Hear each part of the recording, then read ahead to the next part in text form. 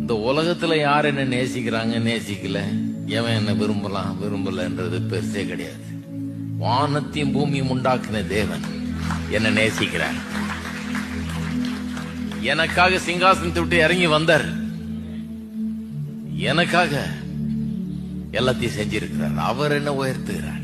யார் நேசிச்சா என்ன நேசிக்கலாம், அதை பற்றி நான் கவலைப்பட போறதில்லை. ஆண்டவர் என்ன நேசிக்கிறார்.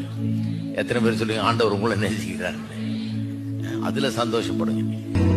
யாரும் அறியாத என்னை நன்றாய் அறிந்து தேடி வந்த நல்ல நேசரே,